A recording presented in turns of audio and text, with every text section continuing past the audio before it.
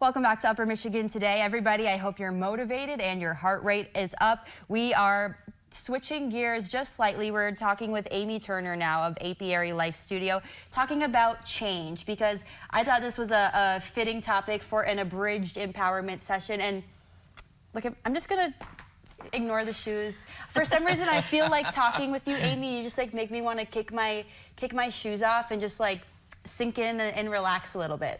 It's because you want to be connected. Yes. I'm pretty sure.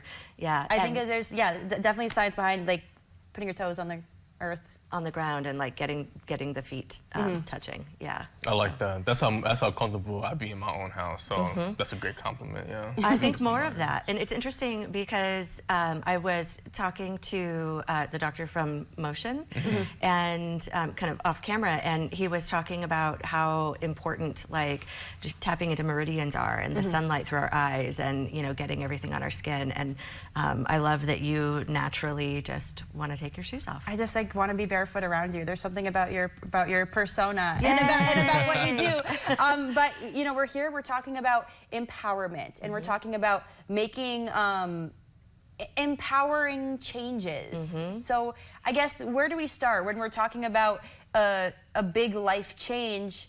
I mean, when is it time? Yeah, well, I think that there can be big changes and there can be small changes. A big change, there's probably a little bit more that goes into that. And I think it's different for everyone.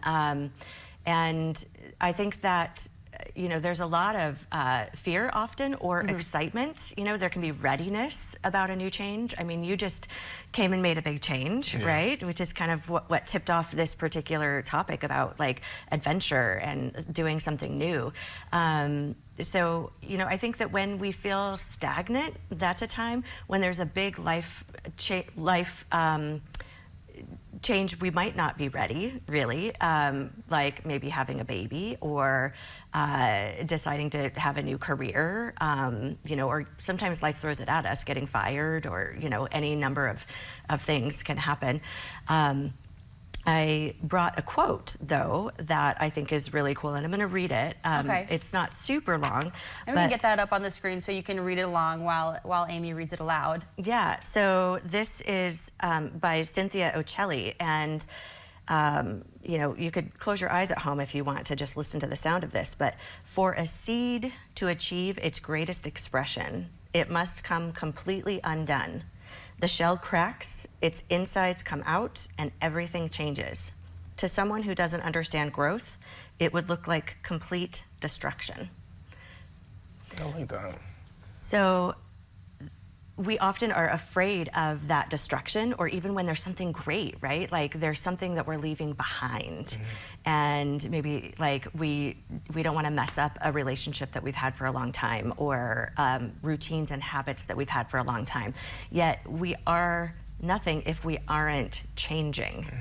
When we don't change, there's, it really becomes a stagnation, a death. And so to seize some adventure, to even grow into making little changes is a really important thing. I'm curious for you, because we've never really talked much before. Like, what inspired some of this change for you? Well, like I was telling Tia in our first segment when we were getting to know me, it's really, when I feel like I peaked somewhere, I need change, and I'm not afraid of change at all. Like I went from Chicago to Iowa, went from Iowa to here. Like, I'm not afraid to jump around, to constantly challenge myself in order to make sure I continue to grow. Because not only do I want to, instill that in myself, like how my dad instilled that in me, I want to instill that into my kids as well, like, make sure you're always challenging yourself and stepping out of your comfort zone, because you never know, the things that you may be uncomfortable with now, you may get comfortable with later. And that stuff, it will make sure that, you continue to grow in life and not stay stagnant, because that's like the one thing that I've learned as I've just started to begin adulting, is that you cannot stay stagnant, because these doors do not stay open for long. So you gotta, when it's open, you gotta jump through, because once it's closed, sometimes you don't get that second chance. So,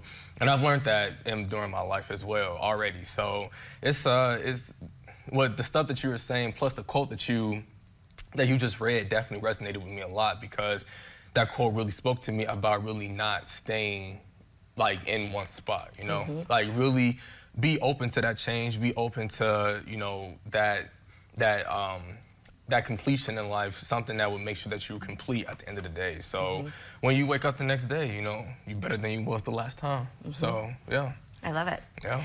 And I also love that I'm looking at one person who has lived here a long time, right? How far back does your family go? I mean, at least 3 generations, maybe 4. Okay. Here in the Upper Peninsula, yeah. And then you are someone who just arrived, though Yes. you've been from the Midwest. Yep, and from big city to tiny, tiny town. Yes. And landing here. And, you know, I came over from the West Coast. So we have this mix. And around change, I'm curious, like, Tia, how do you perceive whether change is good and something to grow toward, or whether it's something to be avoided and maybe in the name of tradition, or, you know, something being you a know, longtime Uper? I don't see change as bad. When it comes to tradition, like that's tricky to say, because sometimes traditions are traditions for a reason. But I was always taught to question everything, including rules and traditions. Like, if you don't want a tradition, question why you're continuing that tradition. And if you don't have a reason, if your reason is, well, because it's tradition, well, then it's time to change. So I think if you can't find a reason for it to stay, then change is always going to be a good thing, even if it seems like destruction. Because, like you said with that quote, sometimes with destruction comes something beautiful, something greater, something that the seed was always supposed to be a flower. It wasn't always meant to stay that way. So if the change never happens, there's no fruit to be bared. right. Or born. You know? So, Yeah. Just like what they say, you gotta fail in order to know how to succeed. So if you never challenge yourself in order to do new things and get out the box, then you'll never know what's next, like what's in store for you, things like that. So that's why I honestly am a risk taker, because I need to know like what is going to happen on the other side after I make this decision, you know? That's just kind of how my dad raised me, you know? He kind of just let me do me. Like, he told me, like, if you do this, this is what's gonna happen. But I'm gonna let you do you so that you can see for yourself. And if I did it, then it's like, okay, well, he was right. And then, you know, do something else. But I'm definitely a risk taker, so. And if each of one of us did the same thing and kind of let our lives grow from there, the outcomes can be very different.